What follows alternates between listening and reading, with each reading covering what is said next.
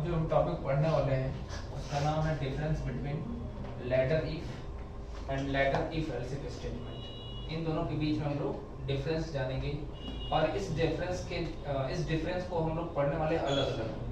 बात समझ में आ रहा है? अलग अलग का मतलब ये होगा कि हम आपको एक बार लैडर इफ स्टेटमेंट के बारे में बताएंगे, फिर उसके बाद हम बताएंगे आपको लैडर इफ एल्स इफ के बारे में, ताकि दोनों के बीच में आपको अंतर स्पष्ट हो जाए। ठीक है? और दोनों प्रॉब्लम का इस्तेमाल हम सेम केसेस में कर सकते हैं। कैसे? जब भी हमारे पास दो अथवा दो से अधिक कंडीशन होते हैं, बात समझिएगा, जब भी हमारे पास दो अथवा दो से अधिक कंडीशन होते हैं, उस केस में हम लैडर इफ स्टेटमेंट अथवा ladder if else if statement का भी ladder if else if statement का इस्तेमाल कर सकते हैं। ध्यान रहे, जब अपने पास दो अथवा दो से अधिक कंडीशन होंगी तब हमारे द्वारा किसका इस्तेमाल किया जाएगा? लैडर इफ स्टेटमेंट अथवा ladder if else if statement, दोनों में से किसी एक का इस्तेमाल हम लोग कर सकते हैं। अब बात हम करेंगे कि ऐसे कहाँ एग्जांपल क्या है, मतलब ऐसे कौन से केसेस हैं जहाँ पे दो अथवा दो से अधिक कंडीशन आ सकते हैं। तो अगर हम उसकी बात करें, जैसे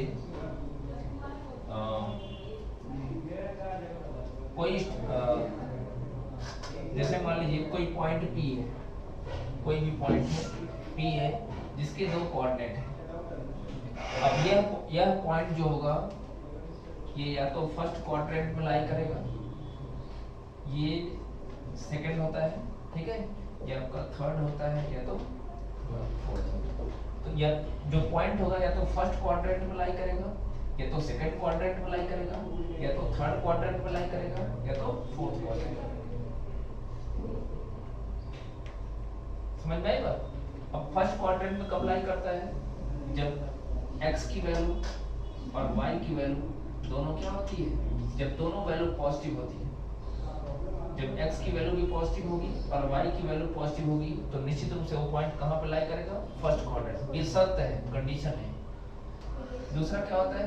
माइनस प्लस होता है। यदि सेकंड क्वाड्रेंट में कब पॉइंट लाई करेगा? जब x की वैल्यू, माइनस का मतलब ये हो गया x की वैल्यू लेस देन 0 होगी और y की वैल्यू ग्रेटर देन 0 होगी। लेस देन 0 का मतलब नेगेटिव और ग्रेटर देन 0 का मतलब पॉजिटिव। तो हमको यदि हमारे पास क्वेश्चन दे दिया कि आप एक पॉइंट एंटर करो, उसको चेक करो कि वो फर्स्ट क्वाड्रेंट में है कि सेकंड क्वाड्रेंट में है कि थर्ड क्वाड्रेंट में है कि फोर्थ क्वाड्रेंट में है। अब अपने पास कितने कंडीशन आ गए? 4 कंडीशन आ गए, या तो फर्स्ट क्वाड्रेंट, या तो सेकंड क्वाड्रेंट, या तो थर्ड क्वाड्रेंट, या तो फोर्थ क्वाड्रेंट। ऐसे इसमें दोनों माइनस होगा, इसमें क्या होगा? प्लस होगा। तो 4 कंडीशन होगी। यदि दोनों की वैल्यू पॉजिटिव होगी तो फर्स्ट क्वाड्रेंट में होगा, यदि पहले x की वैल्यू नेगेटिव होगी, y की वैल्यू पॉजिटिव होगी, सेकंड क्वाड्रेंट में होगा। अगर दोनों नेगेटिव होगा तो थर्ड क्वाड्रेंट में होगा। अगर x की वैल्यू पॉजिटिव होगी, y की वैल्यू नेगेटिव होगी तो फोर्थ क्वाड्रेंट होगा। तो इस केस में हम किसका इस्तेमाल करेंगे? या तो लैडर इफ या तो लैडर इफ एल्स इफ। हम कुछ और एग्जांपल आपको बता देते हैं। ठीक है, ये तो पहला एग्जांपल हो गया जिसमें 4 कंडीशन आए थे। हमसे कोई पूछ लिया कि अपने पास 3 नंबर है, n1 n2 n3, ठीक है। हमको पता लगाना तीनों में सबसे बड़ा कौन है। तो या तो n1 बड़ा होगा, या तो n2 बड़ा होगा, या तो n3 बड़ा होगा। लेकिन n1 कब बड़ा होगा?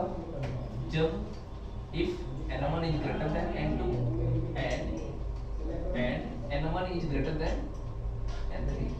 अगर n1 की वैल्यू n2 से बड़ी हो गई और n1 की वैल्यू n3 से बड़ी हो गई तो निश्चित रूप से किसकी वैल्यू बड़ी हो जाएगी? n1 की। ये पहली शर्त हो गई। दूसरी कंडीशन क्या है कि जब n2 की वैल्यू n1 से बड़ी हो जाएगी और n3 से बड़ी हो जाएगी तो n2 ग्रेटर हो जाएगा।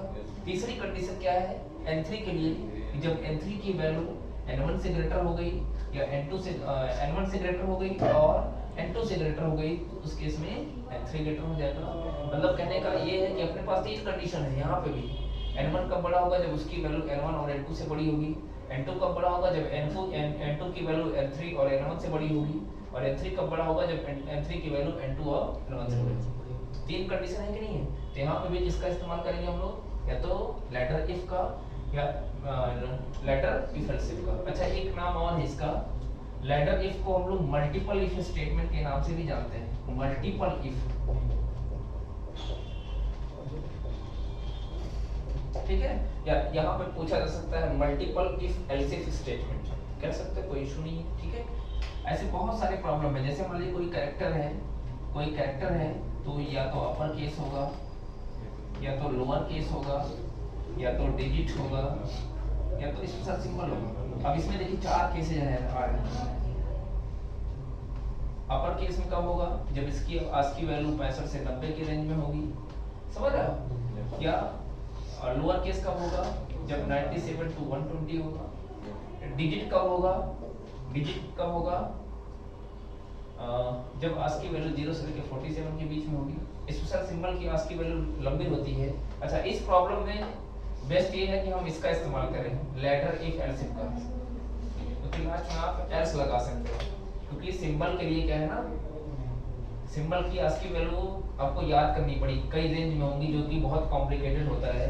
तो हमको यदि पता है कि अगर अपर केस हुआ तो ठीक है, अगर अपर केस नहीं होगा, लोअर केस नहीं होगा, डिजिट नहीं होगा, तो लास्ट में सिंबल तो होगा ही होगा, है ना। तो उस केस में बेटर ये है कि हम लोग इसका इस्तेमाल करें। वैसे हम चाहें तो दोनों में से किसी का भी इस्तेमाल कर सकते हैं। तो ऐसे बहुत सारे केसेज हैं जहाँ पे हम इन दोनों स्टेटमेंट का इस्तेमाल कर सकते हैं। ठीक है, जहां पे भी आपको किसी भी प्रॉब्लम में 2 अथवा 2 से अधिक कंडीशन मिलेगी, हम वहां पे लैडर इफ अथवा लैडर इफ एल्स इफ का इस्तेमाल कर सकते हैं। अब दोनों के सिंटैक्स को हम देखते हैं कि सिंटैक्स का मतलब लिखने का तरीका, लिखते कैसे हैं। ठीक है, ये बहुत महत्वपूर्ण फैक्टर है। अच्छा, ये इफ क्या है? कीवर्ड है, और जहां जहां इफ होता है, इफ के अंदर क्या होती है? कंडीशन। बिना कंडीशन का कोई इफ नहीं लिखा जाता। अब इसके साथ क्या होता है? स्टेटमेंट होता है, स्टेटमेंट। ठीक, फिर से इफ, और यहाँ पे भी कंडीशन होगी, फिर यहाँ पे भी क्या होगा? यहाँ पे भी आपका स्टेटमेंट होगा, स्टेटमेंट। सेमीकोलन सब जगह लगा दीजिए, यहाँ कंडीशन पे सेमीकोलन नहीं रहेगा, ध्यान दीजिएगा। फिर इफ, फिर कंडीशन, ठीक है, फिर इसको कंडीशन 1 2 3 कर दिए तो ज्यादा सही है ना।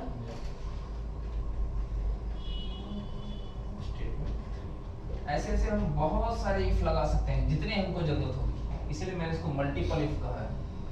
2 3 4 की बात नहीं हो रही है, हमको जितनी जरूरत होगी हम उतनी स्टेटमेंट का इस्तेमाल कर सकते हैं। कंडीशन एन, कंडीशन एन, और मैं यहाँ पे लिख देता हूँ क्या? स्टेटमेंट। ठीक है, अब ये वर्क कैसे करता है ये जानने वाली बात है, बात समझिएगा। शुरुआत यहीं से करते हैं। इस के अंदर क्या है? कंडीशन। तो इस कंडीशन को टेस्ट किया जाएगा, कंडीशन ट्रू है कि फॉल्स है।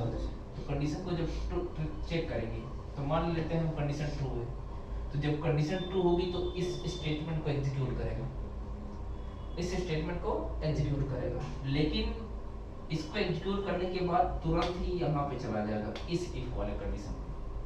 बात समझिएगा, मतलब कंडीशन जब ट्रू हुई तो इसको एग्जीक्यूट किया, इसके साथ साथ इस वाले कंडीशन पे भी आ गया। समझ में आई बात? अब यदि कंडीशन होती है फॉल्स, उस केस में क्या होगा? इस स्टेटमेंट को एग्जीक्यूट नहीं करेगा, इसको छोड़ देगा, मतलब इसको लेफ्ट करके कहाँ जाएगा? नेक्स्ट इफ पे आएगा। तो आप लोग क्या देख रहे हो यहाँ पे? ये ध्यान देने वाली बात है कि कंडीशन ट्रू होने पे भी अगले इफ पे आ रहा है, और कंडीशन के फॉल्स होने पे भी नेक्स्ट इफ पे आ रहा है। तो दोनों में अंतर क्या है? दोनों में अंतर बस इस बात का है कि कंडीशन ट्रू होने पे ये स्टेटमेंट एग्जीक्यूट करने के बाद अगले इफ पे आ रहा है, और कंडीशन जब फॉल्स हो रही है तो इसको छोड़ने के बाद आ रहा है। ठीक है, अब देखिए जब यहाँ पे तो आएगा ही आएगा, फिर अब इस कंडीशन को टेस्ट करेंगे जैसे इसको किए थे। तो ये कंडीशन अगर ट्रू होगी तो फिर से इसको एग्जीक्यूट करेगा, लेकिन इसके साथ साथ अगले इफ पे भी आएगा। और यदि इसकी कंडीशन फॉल्स होती है तो क्या होगा? इस स्टेटमेंट को स्किप करके आएगा। ये वर्किंग पता है, ये अगर हमको ये छोटे छोटे पॉइंट्स अगर हमको नहीं पता है तो फिर हम लोग नहीं सीख सकते। और लैंग्वेज में पता है एक चीज़, और लैंग्वेज पढ़ते समय एक बहुत खास बात का ध्यान रखा जाता है जो बहुत सारे स्टूडेंट को पता नहीं रहता है। वो ये होता है कि अगर हम रेगुलर बेसिस पे प्रैक्टिस ना करें, आप नए प्रॉब्लम को मत सॉल्व करिए। नए प्रॉब्लम को अगर सॉल्व करेंगे तो वो दिक्कत ही करेगा, क्योंकि वो जानते हैं उस समय वो बेचैनी बढ़ाता है कि नहीं हम कर नहीं पा रहे, तो वो आप थोड़ा सा पैनिक हो जाओगे। तो बेस्ट ये है कि आप नए प्रॉब्लम छोड़ दो, जितने प्रॉब्लम हम सॉल्व कर रहे हैं बस उन्हीं प्रॉब्लम को प्रैक्टिस करो, सीखो कि कब कहाँ किस समय किस स्टेटमेंट का इस्तेमाल करना है। जिस दिन आप ये सीख जाओगे आप ऑटोमेटिकली नए प्रॉब्लम को भी सॉल्व करना स्टार्ट कर दोगे। हम ही लोग जब पढ़ते थे तो ऐसा थोड़ी नए प्रॉब्लम, हम लोग भी परेशान होते थे कि नहीं सर आ रहे हैं पता नहीं क्या नए प्रॉब्लम को वो फटाफट सॉल्व कर ले, हम लोग कर ही नहीं पा रहे। लेकिन नहीं, जब चीजें प्रैक्टिस में आ जाती है ना तो आसानी से हम चीजों के ऊपर प्रैक्टिस ऑटोमेटिकली नई प्रॉब्लम को भी हम सॉल्व करना सीखेंगे। लेकिन अभी फिलहाल आप अपने कॉन्फिडेंस लेवल को मैनेज करने के लिए सबसे बेस्ट तरीका यही है कि हम लोग क्या करें, है ना, जितने प्रॉब्लम को सॉल्व कराया जा रहा है और ये जो सिंटैक्स ये तरीका है कॉपी पे लिख लिख कर प्रैक्टिस करो। जो खास करके जो एकदम बिगनर्स होते हैं जिनको शुरुआत में कहा जाए जो सीखना चाहते हैं, सबसे बेस्ट तरीका ये है कि जैसे मैं बता रहा हूँ, क्योंकि यहाँ पे हमको पता है ना कि स्टेटमेंट का बिहेवियर कैसा है, वो किस तरीके से एग्जीक्यूट करता है, इसीलिए हम अपनी जरूरत के हिसाब से जैसा प्रॉब्लम देखते हैं वैसा स्टेटमेंट हम लोग यूज कर लेते हैं। बिल्कुल जैसे मैथमेटिक्स में फार्मूला अगर हमको याद होता है तो हमको कैलकुलेशन बस फार्मूले में वैल्यू रख के कैलकुलेशन कर लेते हैं। तो यहाँ पे अगर हमको सिंटेक्स पता है, लिखने का तरीका पता है, तो आसानी से टूल्स हमको पता होने चाहिए। अगर हमको टूल्स ही नहीं पता है कि कब किस समय किस टूल का इस्तेमाल करना है तो हम प्रॉब्लम को सॉल्व नहीं कर सकते। ठीक है, तो यहाँ तक चीजें हो गई थी। फिर से यहाँ पे जब आएगा तो इस इफ की कंडीशन को टेस्ट किया जाएगा, इफ पे पहुंचे तो कंडीशन को टेस्ट करना है। अगर इस इफ की कंडीशन ट्रू हुई तो यहाँ पे आएगा, लेकिन इसके साथ साथ अगले इफ पे भी आएगा, और कंडीशन फॉल्स होगी तो इसको छोड़ के आएगा। ये बात समझ में आ गई होगी, ठीक है।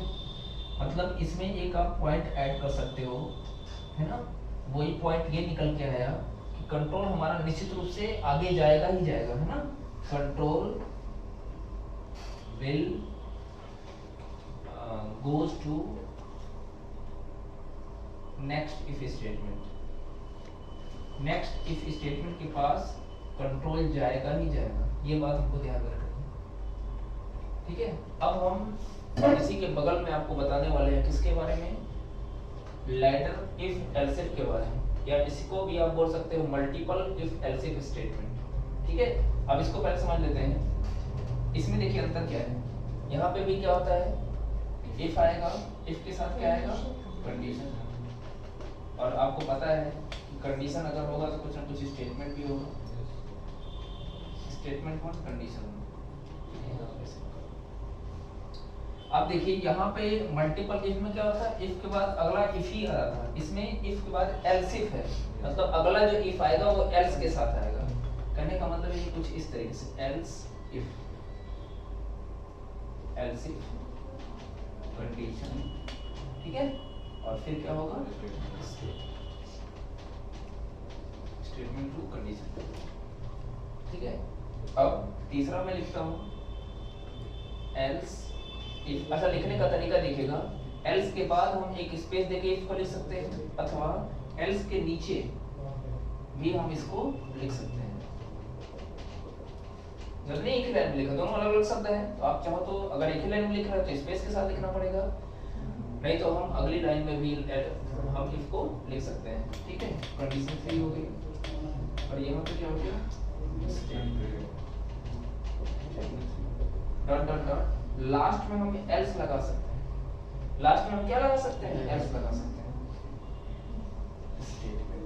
इसीलिए मैंने कहा ना कि वो कैरेक्टर वाले केस में, जो कैरेक्टर वाला एग्जांपल हमने आपको बताया है कि अपर केस होगा या तो लोअर केस होगा या तो डिजिट होगा, जब कुछ नहीं होगा तो लास्ट में सिंबल होगा ही होगा। एक चीज और, एल्सिफ में इफ में कंडीशन, इफ जहां जहां आएगा आपको कंडीशन देना पड़ेगा, एल्स में कभी भी कोई कंडीशन देने की जरूरत नहीं पड़ती। ठीक है, एल्स में कभी भी कोई कंडीशन देने की जरूरत नहीं पड़ती।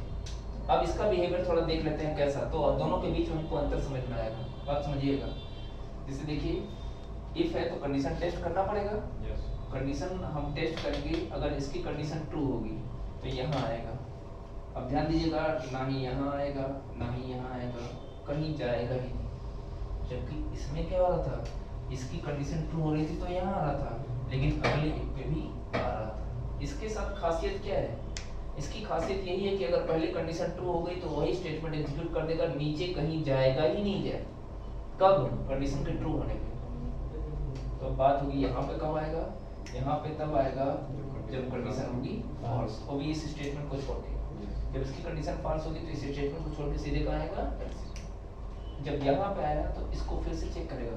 ये डायग्राम ध्यान से देख लीजिएगा, यहाँ पे ट्रू होने के इसको एग्जीक्यूट करने के बाद आ रहा था, यहाँ पे देखिए जब कंडीशन फॉल्स होगी तब आ रहा है, यहाँ इसके बीच में गैप है, यानी इस कंडीशन को टेस्ट करेगा। अगर ये कंडीशन ट्रू होगी तो इसको एग्जीक्यूट करेगा, तो नीचे कहीं नहीं आएगा।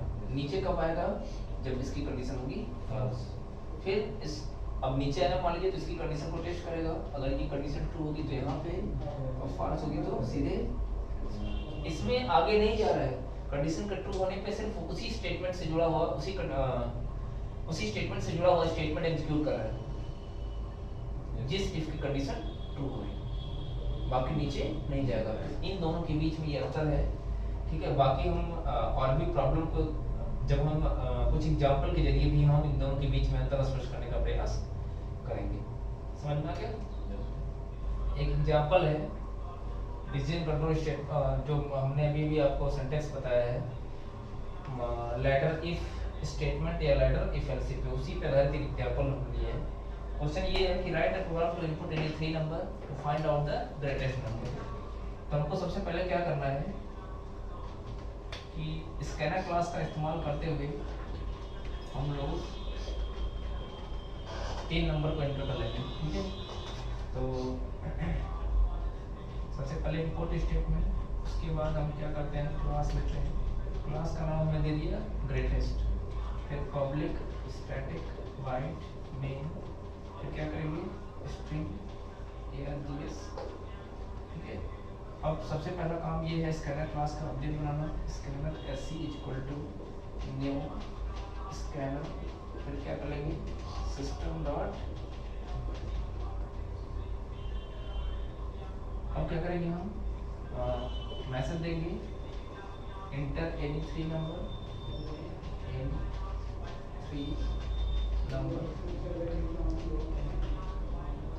is equal to sc dot next int b is equal to sc dot next int c is equal to sc dot next,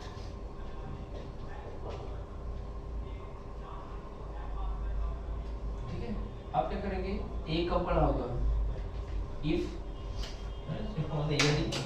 a की वैल्यू b से बड़ी हो गई और a की वैल्यू c से बड़ी हो गई, तो लॉजिकल एंड का इस्तेमाल करते हुए हम लोग मल्टीपल कंडीशन को कंबाइन कर सकते हैं। पहली कंडीशन ये हो गई, अब इसको भी एक साथ ही चेक करना था, इसलिए दूसरी कंडीशन में लेंगे, है ना। इस केस में बेस्ट ये है लेटर इफ का इस्तेमाल करें, ठीक है। तो जब a की वैल्यू b से बड़ी हो गई और a की वैल्यू c से भी बड़ी हो जाएगी, तो SOP एलिमेंट क्या हो जाएगा, a इज ग्रेटेस्ट। इफ ऐसे ही जब b की वैल्यू कब बड़ी होगी, जब b की वैल्यू c से बड़ी होगी और b की वैल्यू a से बड़ी होगी। ये एंड याद रखिएगा, और को मत इस्तेमाल करिएगा, क्योंकि दोनों कंडीशन सेटिस्फाई होनी चाहिए। तभी b कब बड़ा होगा, जब b की वैल्यू c और a दोनों से बड़ी होगी। SOP element b is greatest. ऐसे ही इफ लगा के c को भी चेक कर लेंगे, यदि c की वैल्यू बड़ी होगी a से और c की वैल्यू बड़ी होगी किससे, b से, SOP element c is greatest, ठीक है। अगर वैल्यू प्रिंट कराना चाहते हो प्रिंट करा सकते हो।